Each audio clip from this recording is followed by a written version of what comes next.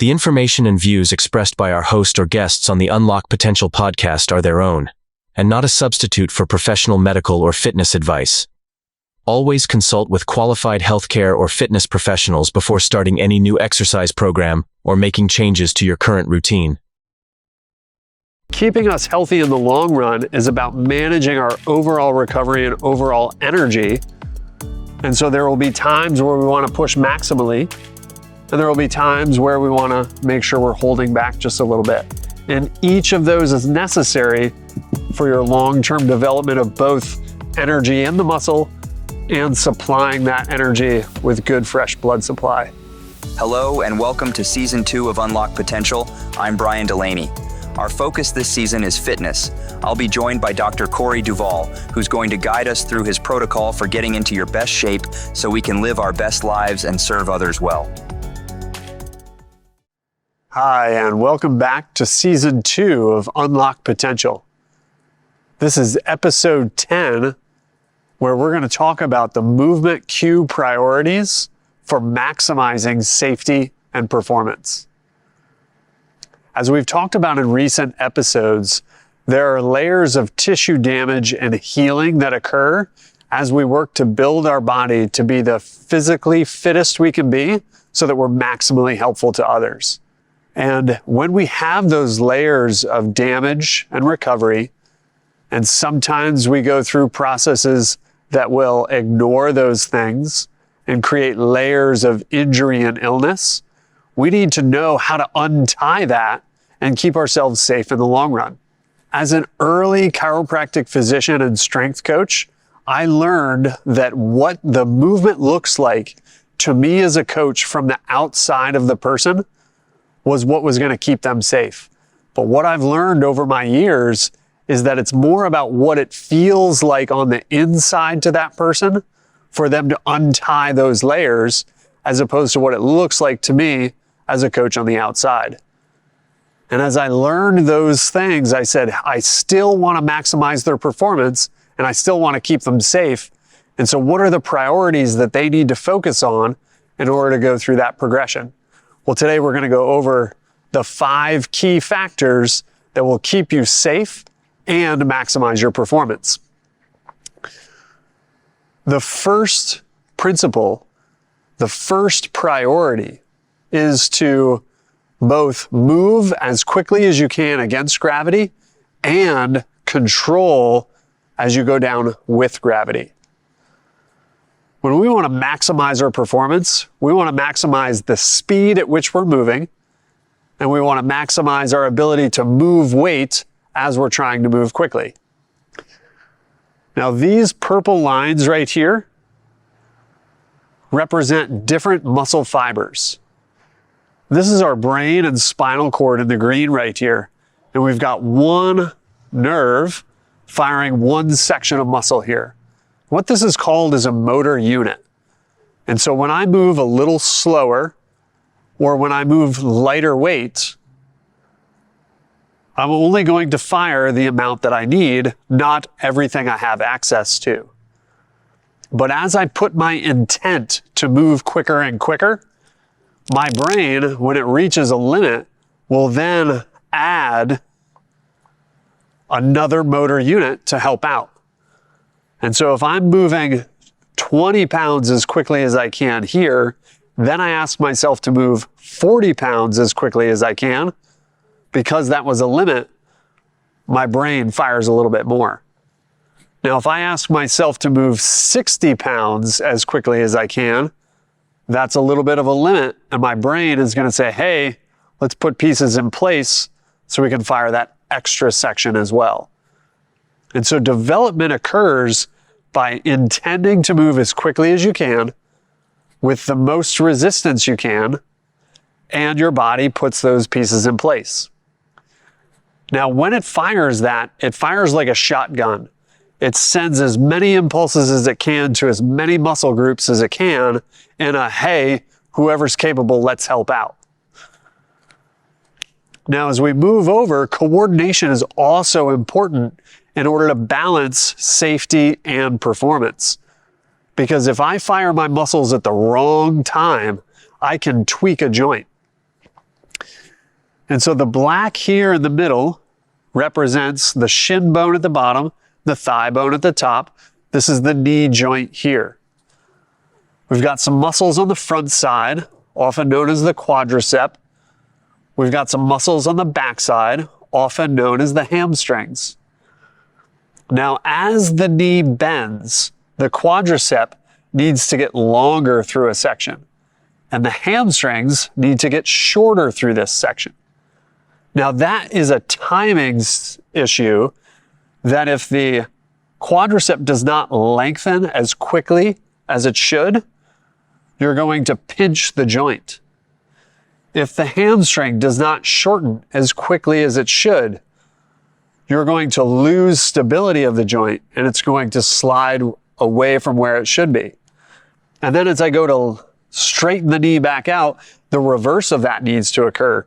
The quadricep needs to shorten at the correct rate, and the hamstring needs to lengthen at the correct rate. So when we're looking to maximize moving 200 pounds, 400 pounds, 600 pounds, and we're asking our body to fire more and more of the musculature, the coordination is off. It's just saying, hey, anybody, fire if you can. And so the longer and longer we are firing maximally, the more and more we get uncoordinated. However, when we start to lower that weight with gravity, so not just firing against, but also controlling it down with gravity, that's where our brain learns how to coordinate the lengthening and shortening of those muscles to keep those joints in place.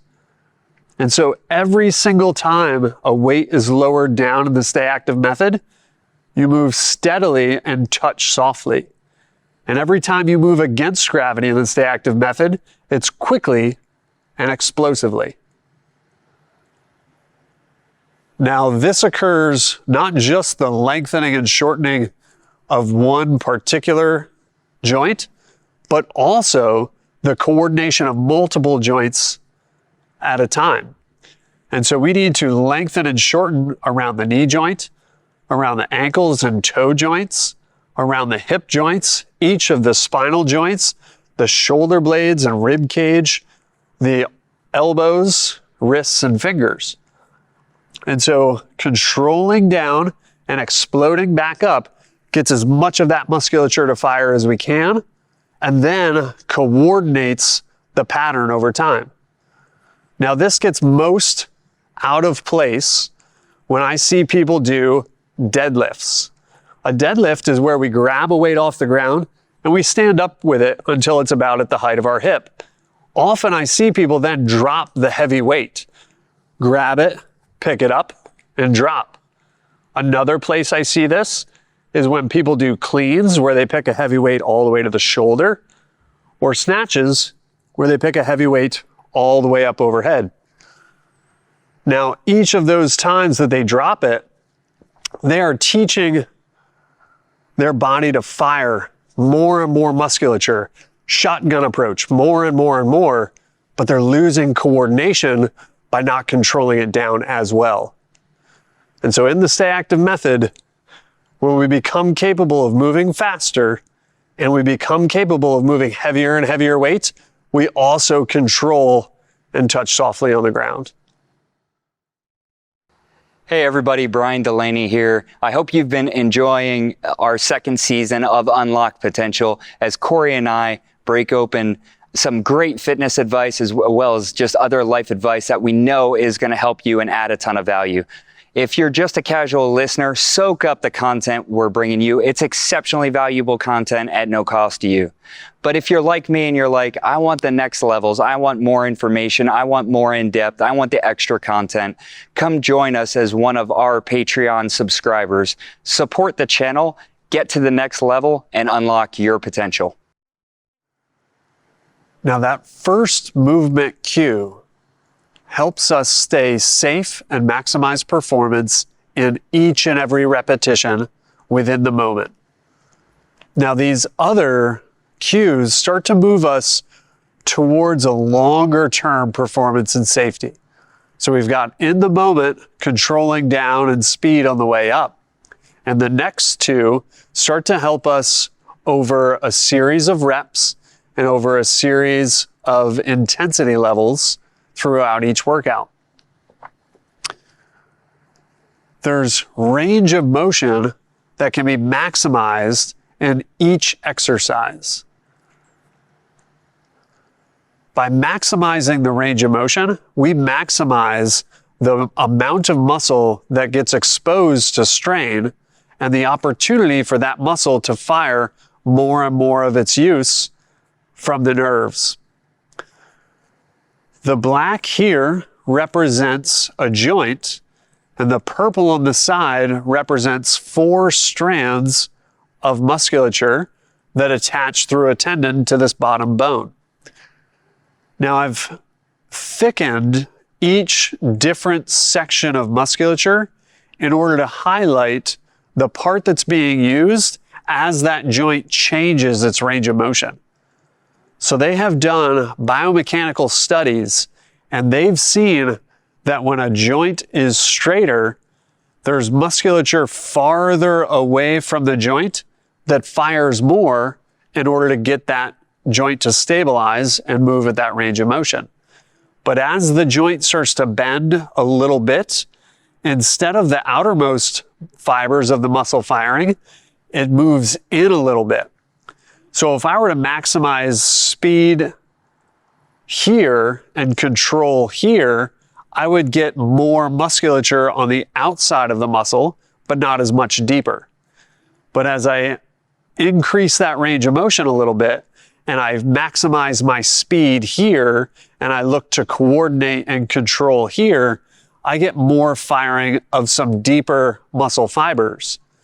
And then as the muscle lengthens a little bit more and as the joint changes, now I've got a different section of muscle that can fire.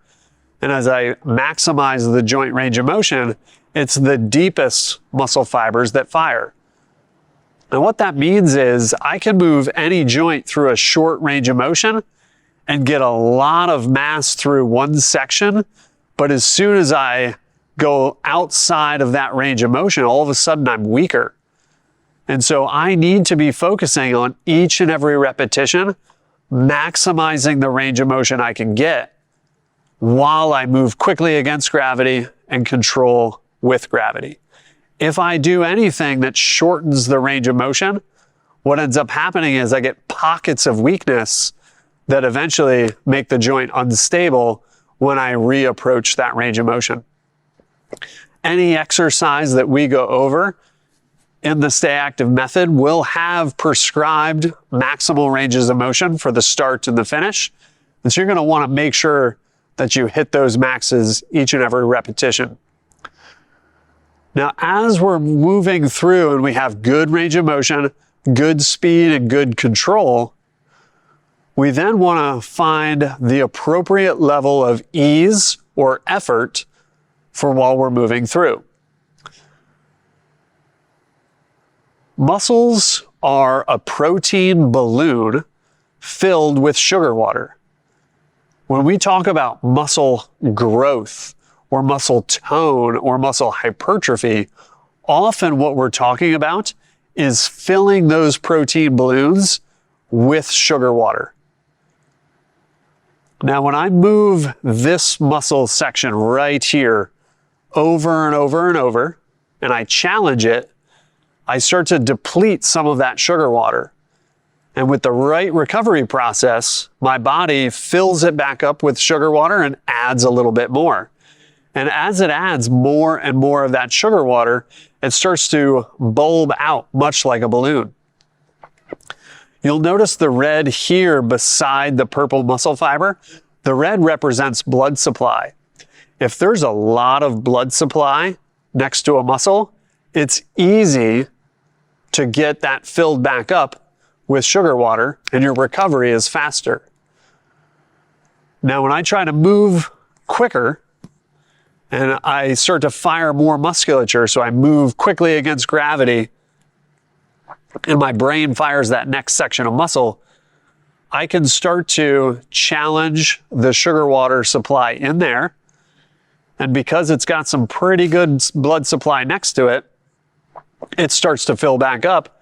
But you can see it's a little slower than this one because the other side doesn't have very good blood supply. Now, as we go over a little farther, you can see that this doesn't have as good a blood supply on the other side of it. And so it will not be as full as each of the others that I fired at lighter weights. Now, as I start to challenge by moving faster and faster at heavier and heavier weights, I can start to take these and increase the amount of sugar water that's inside that balloon, and I'll get more and more hypertrophy. But you can see that the less blood supply is out there, the more difficult it is to recover. So instead of recovering very much by the next day, it starts taking 2 days to recover or 3 days to recover. And so we've got 2 levels of intensity when we're exercising. One level is maximal.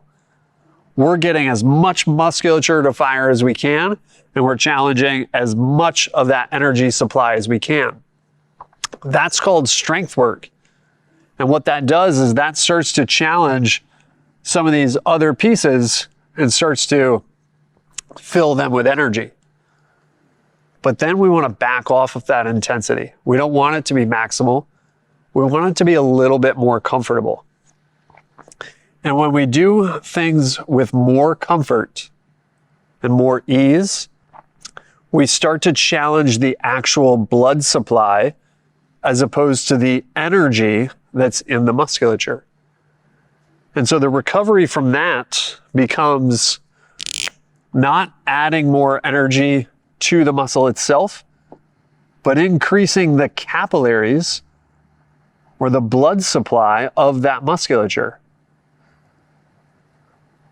So when our overall energy is feeling great and we're pushing the limits, we're going to challenge and expand the sugar water that's in those balloons.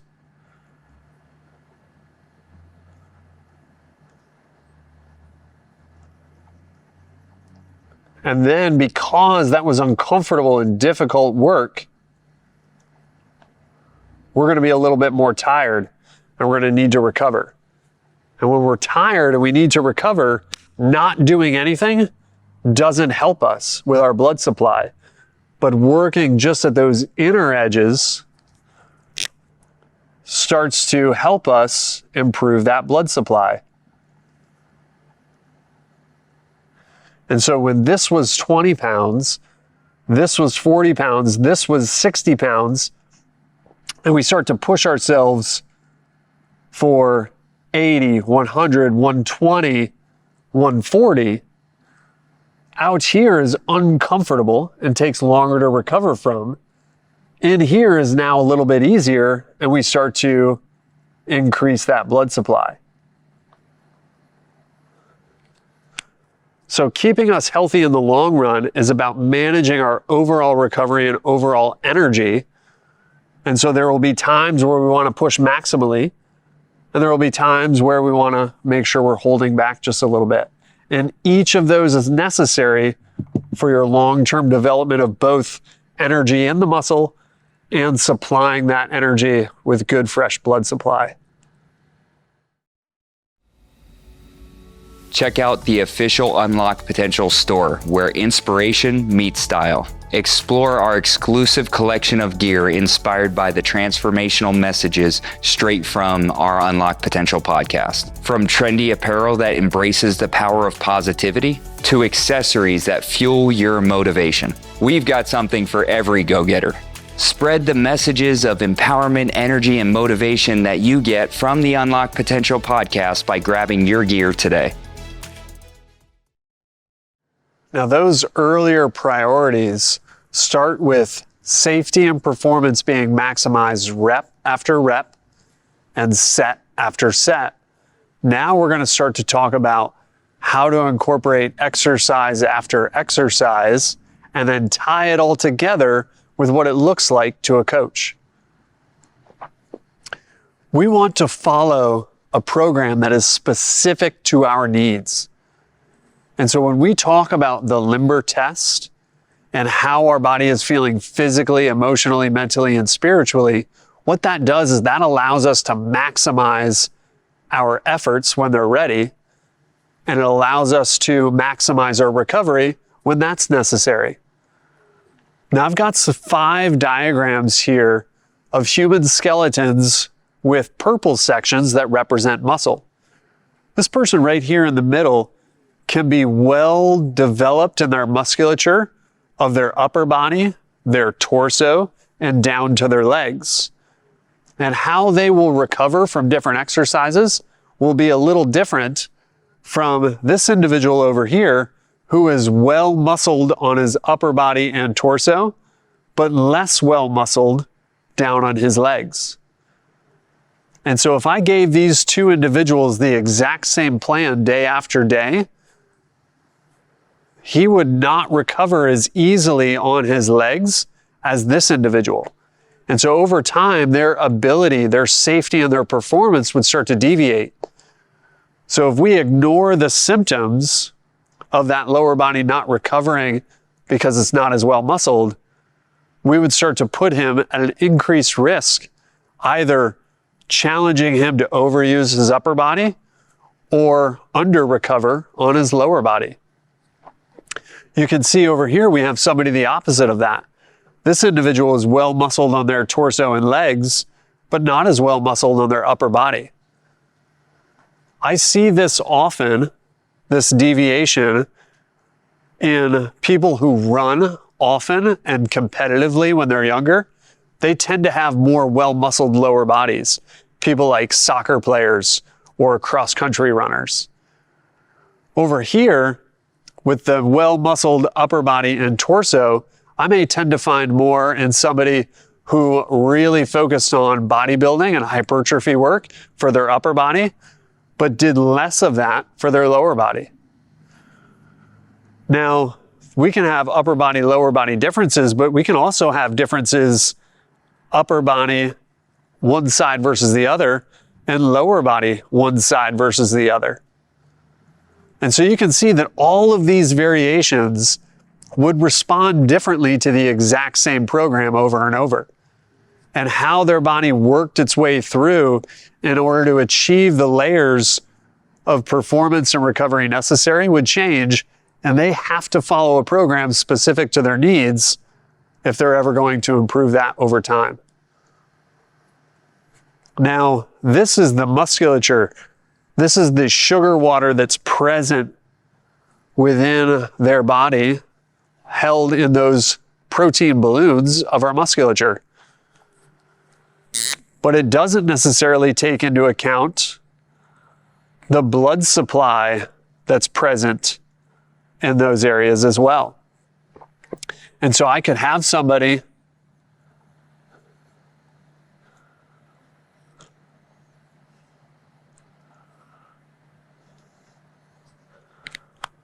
who has low volume of musculature, but really good blood supply. Or I could have somebody with a good volume of musculature and good blood supply. I could have somebody with good musculature and good blood supply on one side on the bottom and the other side on the top, and poor musculature and poor blood supply on the opposite, and vice versa. And so how they're going to recover and respond from each exercise based on the musculature that's there and their energetic supply that's there just changes day after day. That's why we incorporate that Limber test to give us overall signals so that we can challenge ourselves overall in the right times and the right ways. Now, technique and what it looks like to somebody from the outside, whether that's a friend, a mentor, or a coach, technique is going to change based on all of these situations. But as we talked about in that first priority, if they're controlling on the way down and going quickly on the way up, they're going to maximize their performance and their safety. And so this individual might start to twist as they go down into a squat. They might have a torso that rotates a little bit as they're picking something off the ground or pulling it all the way up to their shoulders. This individual might bend their elbows one side or the other while they're getting a bar overhead, twisting and contorting. And if I were to tell them, hey, you look crooked, straighten it out, I'm not allowing for their individual variance. What I need to do instead is keep them safe in the moment. If I see them going quickly and touching aggressively with gravity, I'm going to encourage them to move a little bit slower. If I see them being passive on the way up instead of maximizing the speed, I'm going to encourage them to move a little bit quicker. But I'm not going to tell them what their body should look like while that's occurring. I'm going to allow that to unfold. And I'm not going to give them a cue that reduces the range of motion that they're exposing their body to, because what that does is that prevents even access of those deeper, weaker areas over time.